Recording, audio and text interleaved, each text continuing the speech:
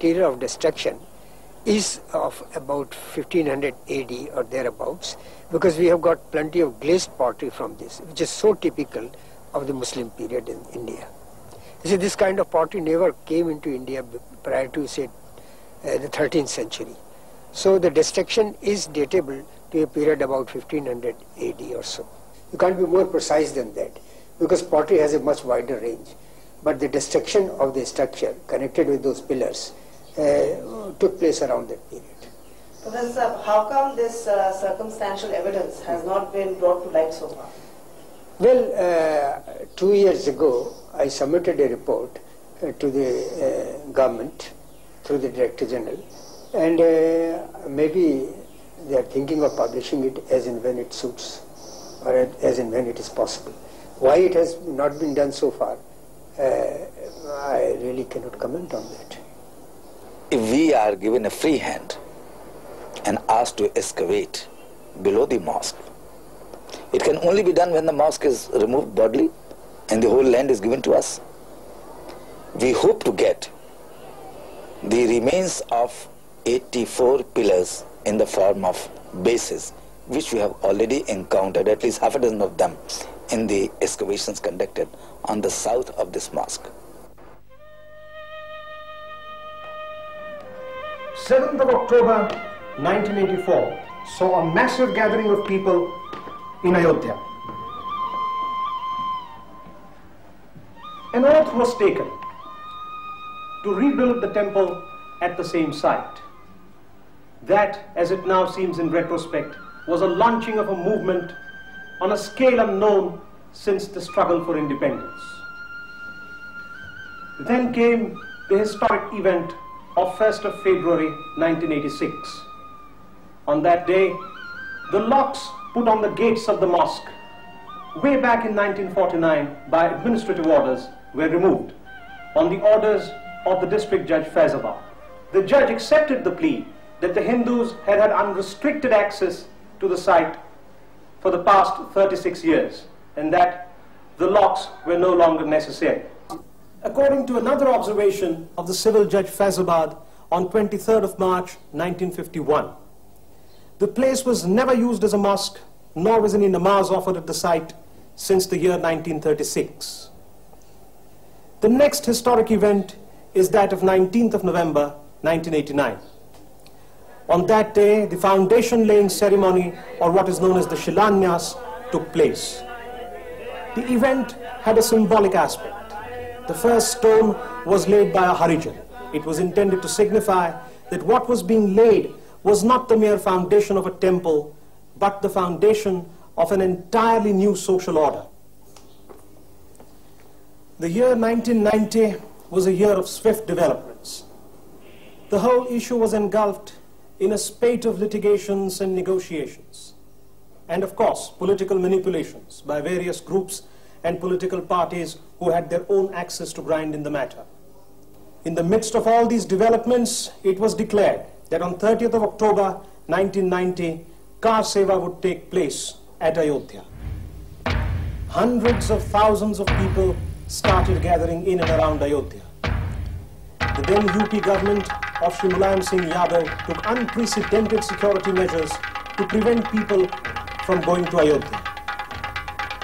But people nevertheless reached Ayodhya in spite of the unprecedented security measures, and Car Seva commenced on 30th of October 1990 as planned and as declared. A fresh round of negotiations now began between the AIBMAC and the VHP under the new dispensation. On 1st and 2nd December 1990, preliminary discussions were held to decide the modus operandi of the negotiations. On 22nd December 1990, the AIBMAC and the VHP submitted their respective documents and evidence. On 6th of January 1991, the VHP gave its rejoinder to the AIBMAC statement. The government minutes of the meeting of 6th of January 1991 read, The VHP submitted its rejoinder in which it tried to refute the claims of the AIBMAC point-wise. The AIBMAC did not react to the evidence put forward by the VHP.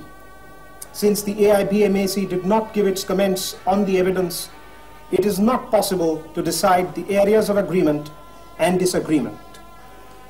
However, even after the meeting of 24th of January 1991, the AIBMAC had given no rebuttal.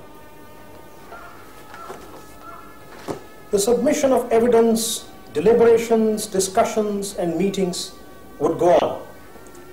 But as far as the historical aspect of the matter is concerned, the evidence on record clearly indicates that there was a temple on the very site where the mosque stands. Of course, there is no evidence to show that Ram was actually born at the site.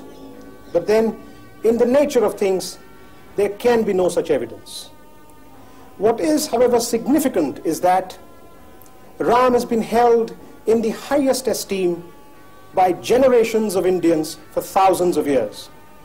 The people of India consider him to be the very personification of the highest ideals of manhood. It is these ideals and virtues which they see reflected in his life and behavior. And it is these ideals and virtues which they worship in the form of Ram. As far as Ram himself is concerned, he made no claims to divinity. He did not pose as a prophet or as a god. In the Valmiki Ramayana, he says about himself, Atmanam Manusham Manye Ramam Dasharathatmaja. He was Ram, the son of Dasharath and a man. And indeed, as a man, he lived his life. But what a man! A man of extraordinary capabilities. He is known as Maryada Purushottam, which does not mean a person with limitations, but rather to the contrary. It means a person who is capable of reaching to the very limits of human endeavor in every walk of life. As a child, he craved for the moon. As a son, he unflinchingly obeyed his father. As a strategist in war, he befriended Vibhishan, the brother of his enemy.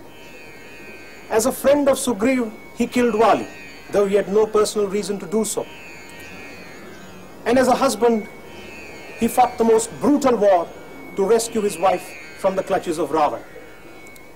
If such a person is worshipped for thousands of years, and people genuinely and passionately believe that he took birth at a particular place in Ayodhya, then that ideal called Ram deserves a monument, not for himself, but for his worshippers.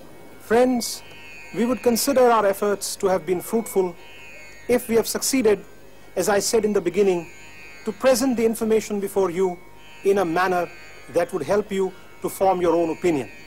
We can then consider our mandate well served. Thank you very much.